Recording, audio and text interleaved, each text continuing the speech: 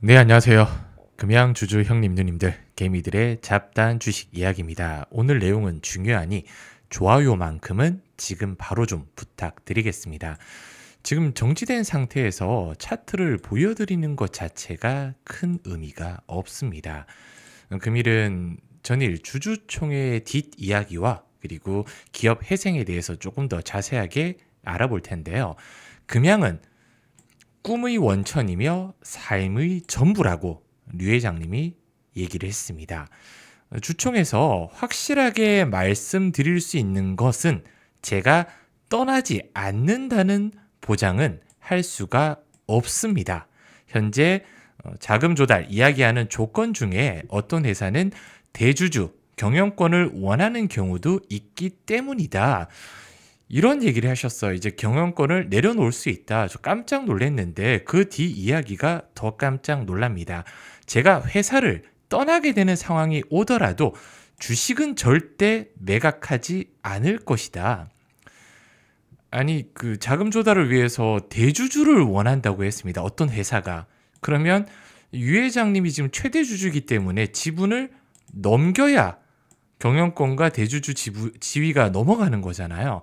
근데 본인이 지분을 매각하지 않고 대주주를 원한다. 이건 사실 말이 안 되거든요. 그리고 과연 매각을 할까라는 부분도 의심이 좀 됩니다. 왜냐하면 지금 유 회장이 그동안 금양의 본격적인 2차 전지 사업을 주도해 왔는데 이걸 다른 사람에게 넘길까? 그 부분을 과연 주주들이 좋아할까? 얼마 전 영상이었던 것 같아요. 류 회장님은 절대 회사를 포기하지 않을 거다라는 영상도 제가 본 것 같거든요. 금양은 이제 거래 정지가 돼 있는데 자회사죠. 아직 비상장 회사인 SM랩도 불똥이 튀었습니다. SM랩이 적자가 좀 지속되고 있는데 추가 자금 조달이 필요하거든요. 근데 지금의 이 금량이 정지가 돼 있기 때문에 추가 자금을 조달할 여력이 안 돼요. 이미 작년 4월 달에 한 400억 정도를 SM랩에 투자를 했거든요. 이것도 3년 뒤에 SM랩이 금량으로 갚아야 될 부분이라 SM랩 지분 남아있는 지분을 과연 매각할 수 있을까? 그리고 한때 발포제 세계 1위 기업이었습니다. 주주님들 중에 한 분이 2차 전지 사업 다 포기하면 발포제만 남는데 과연 주가가 올라가겠냐? 만약에 거래 재개가 된다 하더라도 이런 부분에 의문을 좀 던지셨거든요. 저도 그 부분에 강한 의문을 느끼고 있습니다. 2차 전지 배터리는 회사가 포기할 수가 없는 입장이에요. 조선일보 기사 중에 배터리 업계 관계자가 준비가 부족한 상황에서 서두르는 것 아니냐라는 지적이 많았다고 합니다. 신사업이 회사 규모나 기술력에 비해 과도하게 보였고 배터리 산업이 급성장할 때 2023년이죠. 많은 기업들이 눈길을 끌었지만 무리한 사업 확정이나 확인되지 않은 투자가 많았다고 합니다. 뭐 이미 뒤져진 이야기지만 일단은 금량에 대해서 좀 자세하게 좀 제가 리스크에 대해서 확인을 좀 많이 해드렸잖아요. 그런 리스크를 얘기를 좀 해드릴 때마다 가장 많이 달린 댓글 중에 하나가 친중 매국노예요. 이 부분 제가 잠시 뒤에 좀 얘기를 드릴 텐데 회사는 전일도 말씀드렸지만 조금 자세하게 말씀드리면 자금 확보를 위한 5단계 방안을 얘기를 했습니다. 첫 번째가 해외 투자 유치예요. 공매도 재개 이후로 협상을 재개하겠다는 투자가 있었다고 합니다. 해외 투자자겠죠. 약 2억 달러 규모면 약 3천억 정도 되는데 투자 논의는 현재 진행 중이라고 합니다. 그리고 또 한 가지 토지 유동화 담보 대출 방안. 한마디로 지금 토지하고 이제 위에 있는 하우징이 있잖아요.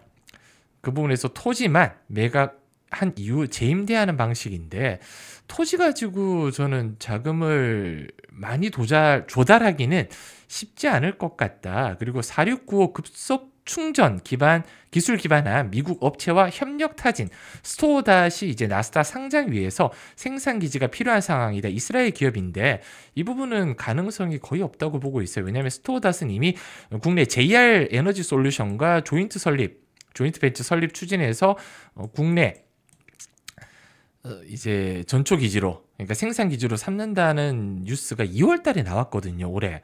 근데 3월 달에 이제 금양이랑 MOU 체결을 했는데 이 스토어 다시라는 회사가 거의 문어발식이에요. 여기저기 지금 다 MOU를 뻗어가고 있기 때문에 가능성이 적다. 그리고 이 부분 중요한데, 지정학적 리스크가 있는 국가에 투자 허용을 하겠다 조심스럽게 얘기했거든요. 중국이겠죠. 투자 유치를 하겠다고 했는데, 제가 중국에 매각한다 아니면 금양에 대해서 억가는 아니에요. 리스크를 얘기할 때마다 친중 매국노다 저보고 이렇게 댓글을 많이 달아주셨거든요. 유 회장이 친중 매국노인가요? 어떤 분이 유튜버에서 욕을 많이 하면서 금양을 매각하는 건 친중 매국노 행위다라고 얘기를 많이 했단 말이에요. 이 부분에 대해서 저한테 그렇게 댓글을 달아주신 주주님들은 지금 어떤 생각을 하고 계실지 참 궁금합니다. 그리고 민간 투자자 유치하겠다. 자금을, 어떤 자금인지 모르겠지만 자금을 모아서 금양에 투자하겠다는 투자자가 있다. 굉장히 의문이에요. 개인 투자자는 분명히 아닐 거고 자금을 모은다고 했잖아요. 그럼 사모펀드나 아니면 정말 뭐 강남이나 명동의 사채꾼이라는 건데, 이러면 기업을 헐값에 넘기겠다는 얘기거든요. 이건 절대 막아야 됩니다. 말도 안 되는 얘기예요. 그리고 가끔씩 일부 유튜버들이 뭐 4월달, 5월달에 거래 재개된다 이렇게 주주님들에게 말도 안 되는 거짓말을 하고 있습니다. 근데 그 부분을 믿는 분들도 계세요. 답답합니다. 1년의 개선 기간이 이제 단순하게 시간 벌기가 아닌 상장 유지를 위해 총력을 기울여야 될 시간인데, 내년 4월까지는 거래 재개는 힘들고요. 전 다시 말씀드리지만 거래 재개가 될 확률을 매우 높게 보고 있습니다. 70%에서 최대 80%까지 보고 있다는 거예요, 제가. 그래서 이렇게 얘기 드리면 이제 와서 말 바꾼다고 또 하시는 분도 계시는데, 제가 예전부터 거래 정지가 의견 거절이 될 때부터 거래 재개 가능성을 높게 보고 있다고 말씀을 드렸습니다. 이건 회사의 리스크에 대한 직접적인 제가 얘기하는 거하고 별개의 문제예요. 제가 거래 재개된다고 해서 지금 9,900원에 정지되어 있는 주가가 3만 원, 5만 원 뛴다는 얘기가 절대 아니다 라고 다시 한번 말씀을 드릴게요. 그리고 유광재 회장은 자금 확보를 위해서 경영권을 내려놓을 수 있다 분명히 얘기를 했습니다. 아까. 그리고 전문성 갖춘 기업, 법무법인에 갖춘 법무법인이 세종과 협력하겠다고 해요. 이게 가장 중요합니다. 세종은 죽은 기업도 살린다고 예전에 얘기가 나올 만큼 기업 회생의 전문적인 법무법인입니다.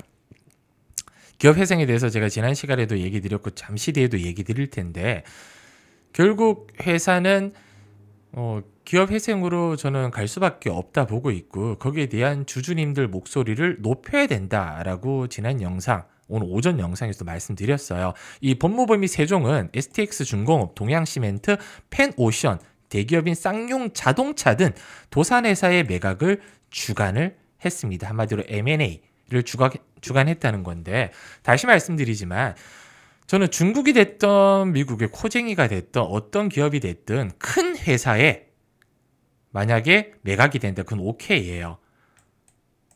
금양회사에 뭐 3천억, 5천억 가까운 3자 배정 유증을 통해서 회사 정상화에 앞서고 회사가 정상화되고 거래 재개가 나중에 이루어진다면 주주 배정 유증이라든지 이런 부분이 계속 이루어지겠지만, 저는 거래 재개 플러스 지금보다 더 비싼 가격으로 회사를 사줄 수 있는 누군가가 나온다면 그게 중국이든 상관없다. 그럼 이 부분 가지고 친중 매국노라고 한다면 저 친중 매국노 할게요. 정말. 제가 북한에 있는 뚱땡이 싫어하고 중국을 바퀴벌레보다 싫어한다고 분명히 말씀드렸지만, 저는 금양 주주님들을 위해서 오명을 써야 된다면 저는 당연히 쓰겠습니다. 제가 금양 주주님들을 위한다는 건가, 아니면 정말 그 누군가가 욕을 많이 하면서 금양이 매각된다면 친중 매국노다라고 얘기하시는 분이 정말 금양 주주님들을 위하는 건지 다시 한번 저는 생각을 좀 해보셨으면 좋겠습니다. 진심으로요. 그리고 가능성이 있는 부분이 이 두 가지 같아요. 해외 자금 투자 유치 아니면 지정학적 리스크가 있는 국가의 투자 허용, 이 두 가지가 가장 가능성이 높은데, 이건 말씀드렸듯이 가능성일 뿐입니다. 금양이 멀쩡하게 거래가 되고 있을 때도 투자 유치를, 자금 조달을 못했어요. 근데 지금 현재 의견 거절로 정지되어 있는 회사에 과연 막대한 투자를 할 수 있는 회사가 있을까? 그것도 비싼 가격에 사줄 수 있는 회사가 있을까? 이건 의문입니다. 결국은 기업 회생으로 갈 수밖에 없는데 가장 제가 우려되는 부분이 이거예요. 민간 자금. 사모펀드의 탈을 쓴 사채꾼들이 회사를 헐값에 먹으려고 하는 부분은 저도 분명히 막아야 된다 말씀드렸고, 그 막아야 되는 부분을 주주님들이 일정 부분 목소리를 내주셔야 돼요. 그래서 제가 바로 지난 영상에서 네이버 설문에 그냥 주주님들 집결하자, 주주들이 경영권 참여가 경영을 하라는 게 아닙니다. 전문 경영인을 내세우든 아니면 정말 주주님들이 예를 들어서 지금 65%의 지분을 만약에 가지고 있잖아요. 지금 예전에 뉴스에서 나오더라고요. 그냥 개인 주주 지분율이 65% 정도 된다. 그러면 이 부분을 적극적으로 목소리를 내서 뭉쳐서 적극적으로 회사 경영, 그러니까 매각에 참여를 하는 거죠. 여기는 절대 매각이 안 된다 하면 안 된다. 아니면 정말 회사를 믿고 지켜봐야 된다 이렇게 체크해 주시면 되는데, 지금 저는 회사를 믿고 체크한다는 분이 오늘 오전에도 몇 분 계셨는데, 류 회장은 네, 회사를 포기할 수도 있다, 경영권을 넘길 수도 있다 이렇게 얘기를 했단 말이에요. 이건 제가 허튼 소리 하는 게 아닙니다. 류 회장이 직접 얘기를 했어요, 주총에서요. 그래서 저는 적극적으로 목소리를 내야 된다. 여기 한번 체크를, 어떤 부분에 대해서 주주님들은 믿고 계시는지 체크 한번 해주시고요. 저희 채널에 하고 싶은 말 있으시면 적어주시고, 주주 행동 시 정말 급격하게 필요할 때 주주 행동에 문자받을 연락처 남겨주신 후에 제출 한 번만 부탁드리겠습니다. 다시 본론으로 좀 넘어가 볼게요. 보통 이 1년의 개선 기간이라는 부분이 내년 감사보고서가 적정이 나올 때까지 기간이거든요. 근데 이걸 허투루 절대 쓰면 안 됩니다. 회사의 방만한 대응에 절대 맡겨서는 안 된다. 저는 이 법무법인 세종과 협력한다는 부분이 그냥 단순하게 협력만 하는 건지, 기업 회생을 이 세종에게 맡기는지 일단 회생 계획안이 나와야 되겠죠. 이 신청서 내면서 저는 같이 낼 걸로 보고 있다 보니 4월 11일까지 전에 이 신청서가 나올 때까지는 일단은 특별한 뉴스가 없으면 지켜볼 생각이고요. 기업 M&A, 회생 M&A라고 하죠. 기업 구조 조정의 큰 흐름입니다. 지금은 회생 절차 M&A는 조건부 우선 협상자 선정 후에 공개 입찰 통해서 매각 가격을 극대화하는 스토킹 호스 방식으로 이루어집니다. 예전에 쌍용 자동차라든지 이런 부분에 대해서 아마 보셨을 거예요. 주식을 좀 오래 하시는 분들은. 공개 입찰에서 다른 회사들이 처음부터 호흡을 맞춰온 조건부 인수기업보다 더 좋은 조건을 내걸기가 어렵습니다. 그래서 처음 이제 물밑으로 접근하는 기업에 보통 매각하기 마련인데, 그게 어떤 기업인지가 중요하다고 제가 강조드리고 있는 부분이에요.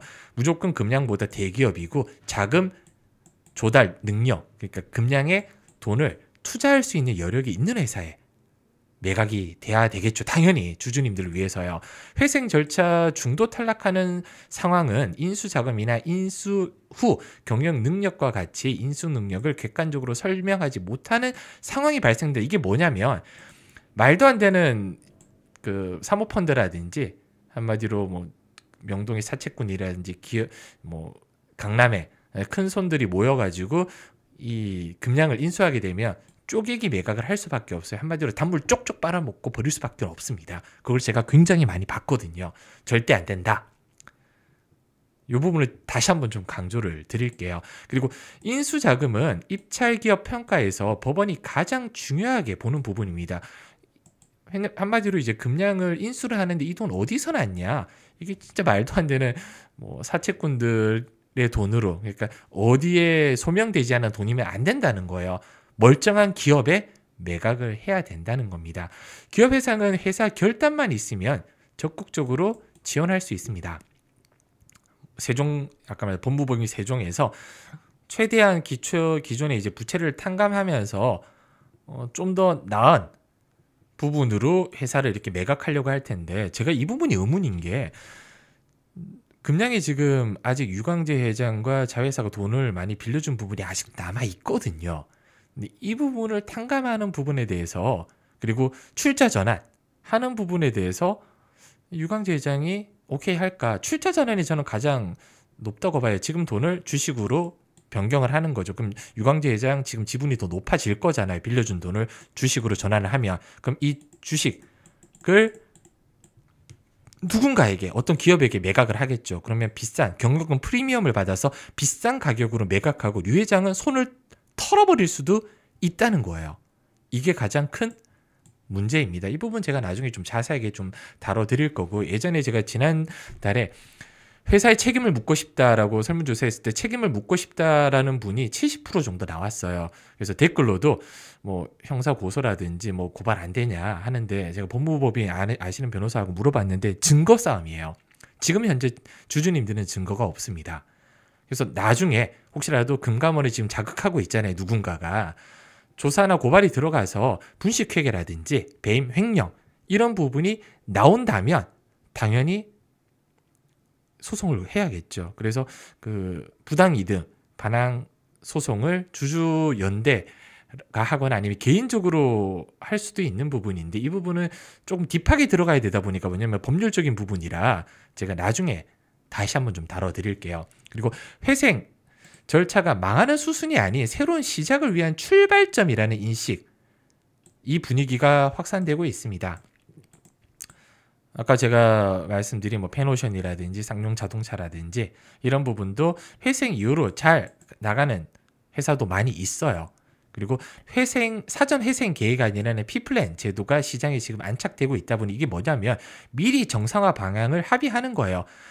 돈을 투자하겠다는 회사가 있으면 회생 신청 법원에 들어가기 전에 우리가 이 조건 우선 협상자로 선정해 줄 테니까 좋은 가격에 우리 회사를 매각을 해줘. 그리고 회사에 적극적인 투자를 해줘.